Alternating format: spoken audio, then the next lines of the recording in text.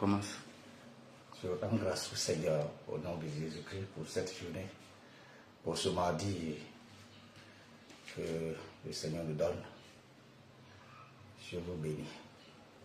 C'est un plaisir de m'adresser à vous, peuple togolais, frères et sœurs en Christ, en ce jour-ci. Nous avons encore la grâce du Seigneur de nous adresser à vous pour vous faire part du nouveau message du Seigneur Jésus-Christ. Et ce message-là, c'est en plusieurs sujets. Ce message s'adresse au peuple togolais, à la jeunesse. Ce message s'adresse aux autorités, aux opposants, même à l'armée. C'est un message complet dont nous avons besoin de parler. Je crois très bien que dans une des interventions de M. Haïté, il nous interpellait, nous faisant comprendre que nous, les hommes de Dieu, nous ne disons rien, on ne fait rien. Il ne faut pas dire pour dire, il ne faut pas parler pour parler, il ne faut pas faire pour faire. Nous sommes au service de Dieu. Et celui à qui nous devons, nous rendons tout compte, s'il ne nous a rien dit, nous n'avons rien à dire. S'il ne nous a pas parlé, nous n'avons rien à dire. S'il ne nous a pas montré quelque chose, nous ne pouvons pas dire que nous avons vu. À ce titre-là, croyez-moi, notre Seigneur Jésus-Christ fait toutes choses en son temps. Il est dans son temps. Il est dans son heure. Et c'est le moment maintenant qu'il parle et qu'il nous ordonne de parler. Même quand il nous parle et qu'il ne nous dit pas de parler, on ne parle pas. Pourquoi? Parce que nous ne sommes pas libres, nous sommes serviteurs. Voilà. Et nous servons le Seigneur. Nous sommes ses disciples. Et par conséquent, sur ce fait, nous devons obéissance. Parce que c'est notre supérieur, c'est notre Seigneur, c'est notre Maître. À ce sujet, nous allons rentrer dans le vif du sujet. Parce que je crois que nous avons calibré les choses pour les mettre en endroit. Et bonjour à tous et que Dieu vous bénisse. Jusqu'à la fin de ce message, je souhaiterais que les uns et les autres qu'ils partagent énormément ce message-là, parce que je souhaiterais que tous puissent recevoir ce message, qu'ils puissent l'entendre, qu'ils puissent l'écouter, parce que c'est nécessaire pour chacun de nous, sur toutes les couches sociales. Et donc, le sujet Togo actuellement, c'est un sujet très délicat. Dans mon intervention, le message que le Seigneur m'avait donné, le premier message, je vous disais que le Togo est un pays prophétique. Peut-être que je me dis, vous n'avez pas bien compris, bien saisi. Le Togo est un pays prophétique. Ce n'est pas une nation comme les autres. Je vais le répéter quand même, parce que la répétition est pédagogique. Et donc, c'est sûr, peut-être qu'en répétant, vous allez comprendre. Le Togo est un pays prophétique. Ce n'est pas une nation comme les autres nations où chacun se lève et chacun fait ce qu'il veut et ça marche. Ici, le Seigneur a mis sa main sur ce pays et il est en train de conduire ce pays selon sa volonté. Parce qu'il a un programme, il a un projet. Et son projet, pour ceux qui lisent la Bible, vous pourrez trouver cela dans Actes des Apôtres, chapitre 3, verset 20. Son projet est dans ce verset-là. Et sur ce, celui qui lit comprendra quel est le projet de Dieu et pourquoi est-ce que ce pays est différent des autres pays. Dieu entend faire quelque chose de très spécial, non pas seulement pour l'Afrique, mais à commencer à partir du Togo. Je ne sais pas si quelqu'un vous a une fois dit que ce pays-là deviendra une Eldorado, un pays vraiment où il sera très bon vivre. J'ai pu écouter le président qui disait que ce serait un pays où il sera bien vivre, bon vivre. On vivra bien. Ok? On vivra bien. Par la grâce de Dieu. Et ce message, c'est un peu mis au point. Une mise au point et un réglage vis-à-vis de nous les hommes. Parce que nous sommes un peu têtus. Et ceci n'est pas agréable, c'est pas bon. Alors, sujet 1. Je vais parler du respect des autorités. Nous allons trouver cela dans Romains chapitre 13, le verset 1 à 2. Si vous voulez, eh bien moi, je peux vous lire cela pour que vous me suivez attentivement.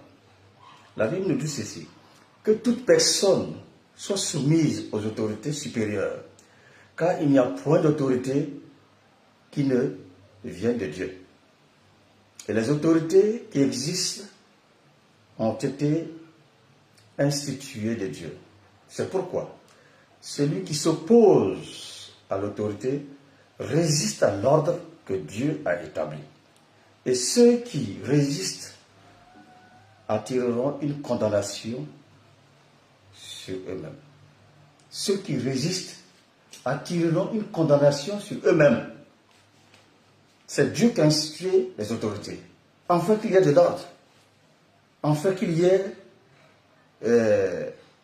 une symbiose, une vie que mène un peuple dans l'ordre, dans la tranquillité, dans la paix, dans la cordialité, que tout aille pour chacun de nous. Dieu a institué donc les autorités. Les autorités viennent du Seigneur. J'aimerais que vous compreniez que si certains ont fait des magouilles pour arriver là, s'ils ont fait des sacrifices déplorables pour arriver là, Dieu a quand même perdu. Dieu a quand même perdu, parce qu'il a son mot à dire. Et sur ce fait-là, nous pouvons parler, nous pouvons gesticuler, mais Dieu l'a institué, Dieu l'a placé là. Donc, d'autant plus que maintenant, vous comprenez que toute autorité établie vient de Dieu. Nous avons l'obligation d'écouter la parole du Seigneur, de ce qui est dit dans Romains 13, verset 1-2. Ceux qui ne connaissent pas la Bible, ils peuvent prendre la Bible et ils peuvent lire sur ce verset-là, sur ce chapitre-là, et puis comprendre dans son essence. Ok. Je m'en viens maintenant à nos frères qui n'ayant pas compris que toute autorité est instituée par Dieu, établie par Dieu, et qui se sont donné libre cours de s'en prendre aux autorités et à l'autorité suprême qui est là. Nous pouvons dire et comprendre que la souffrance est là. Les difficultés sont là. D'accord.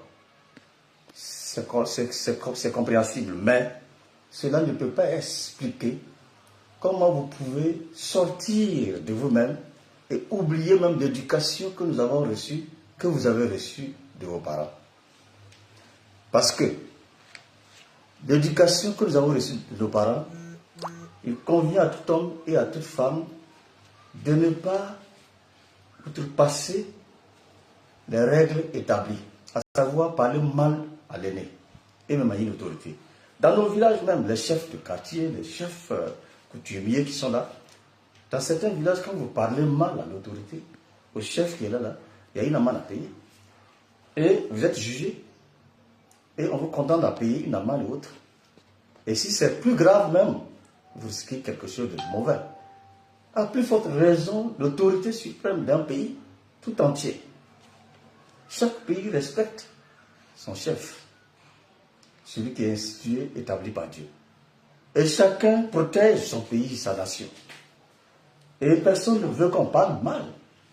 Même si ton papa est méchant, tu ne veux pas qu'on parle mal de ton papa. Hein? Et mais comment est-ce que nous pouvons nous permettre à ce que le monde entier puisse écouter que nous sommes de ceux-là qui insultent l'autorité? Oui, ça écoeure. Nous avons écouté, nous tous, nous vous avons écouté. Et nous avons compris que vous êtes remplis de colère. Rien d'autre que la colère. La colère d'un homme n'accomplit pas la volonté de Dieu, dit la Bible. Et donc cette colère vous amène à outrepasser votre rôle de citoyen, votre position de citoyen. Et ça vous amène effectivement à dire des choses qui sont désagréables à entendre. Ça ne fait pas de vous des leaders ni des responsables. Parce que vous ne donnez aucune leçon, vous n'êtes pas non plus des modèles. Ça, je suis désolé, vous n'êtes pas des modèles.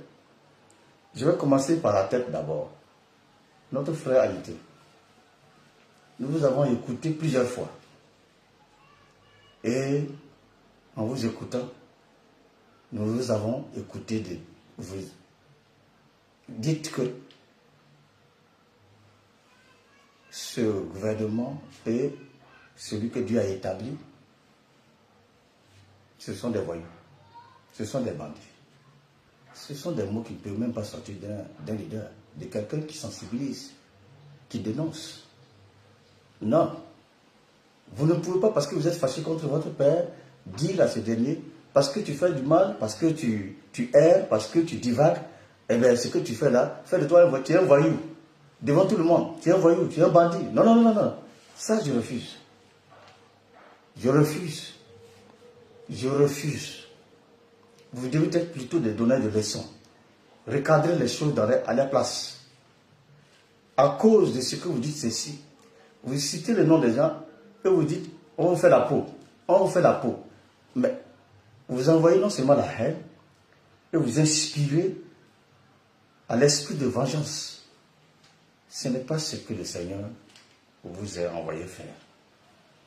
Si le Seigneur vous permet de parler parce que vous avez les moyens de le faire, sensibiliser, encourager les jeunes et parler aux autorités, voilà ce qui ne va pas, corriger ceci, corriger cela. Mais si même les autorités ne vous écoutent pas, vous croyez qu'ils ne vous écoutent pas, la Bible dit, confie ton sort à l'Éternel. Confions le sort du pays, du Togo à l'Éternel. Et laissons-le faire. J'ai pu entendre même que tu disais un jour, quand les pasteurs vous diront que non, laissez ça, cette affaire du Togo là, c'est une affaire de Dieu. C'est Dieu seul qui peut corriger. Bon, et tu dis de ne pas les écouter, asseyez-vous là. Si vous ne vous levez pas pour réclamer, on verra bien qu'est-ce que vous allez, où est-ce que vous allez trouver votre liberté, votre délivrance. Mais vous vous êtes levé là-haut, vous avez eu quoi même? Je vous ai posé la question une fois, personne ne m'a répondu. Vous avez eu quoi? Si ce n'est pas la manière, la bonne manière, si Dieu ne vous a pas envoyé pour ce que vous réclamez comme délivrance et autres là, vous ne ferez rien d'autre que de parler, de marcher, d'insulter seulement, de casser. C'est tout ce que vous pouvez faire et rien d'autre. Alors, pour Haïti, c'est cela. Je déplore, corrigez votre langage. Changez de ton. Changez la façon de voir. Vous devez être un modèle. Oui, un modèle. Et ceci est important parce que beaucoup vous écoutent.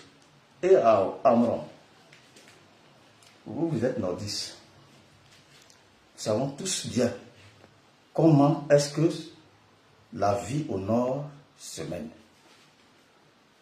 Un petit frère n'a pas le droit de mal parler à son grand frère. Ah, rien que ça se met dans la famille. À plus forte raison, parler mal à son père et l'insulter. Non, ça ne se fait pas. Tu es nordiste, tu connais bien ces règles-là. Mais tu as outrepassé ces règles et tu es devenu fou. Je te demande, et toi, Amron, Haïti, et votre groupe-là, répondez-vous. Demandez pardon au Seigneur, Seigneur, pour votre vie. Parce que vous avez oublié Romains 13. Oui, vous avez oublié Romains 13. Vous avez oublié que c'est Dieu qui l'a institué. C'est Dieu qui l'a donné le pouvoir et c'est Dieu qui va l'enlever. C'est Dieu qui va enlever ce pouvoir-là qu'il lui a donné. Ce n'est pas vous. Il y a un temps qui est fixé. Et ce temps fixé-là, c'est maintenant. C'est pour cela que vous-même, vous avez la bouche comme ça et que vous êtes en train de parler partout. C'est Dieu. Le temps de Dieu est arrivé. Mais ce temps de Dieu n'est pas entre vos mains.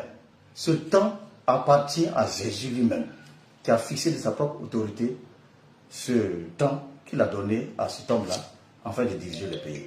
Réveillez-vous. Parce que si vous résistez à l'autorité, eh bien, ce n'est pas à l'homme que vous résistez, mais c'est à Dieu. Vous serez jugé et vous serez condamné. C'est ce qui est écrit. Réalisez aussi la Bible avec moi. Parce que celui qui résiste à Dieu, il résiste contre l'ordre qu'il a établi. Et comment peux-tu résister à l'ordre que Dieu a établi et t'échapper? Si les hommes sont contre toi, ça va. Mais si Dieu est contre toi, eh bien tu n'as aucune chance. Ah, donc réveillez-vous. Je te demande de te réveiller. Je te demande de te repentir de la façon dont tu as injurié l'autorité. Ça ne se fait pas.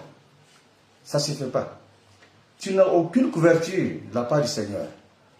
Non.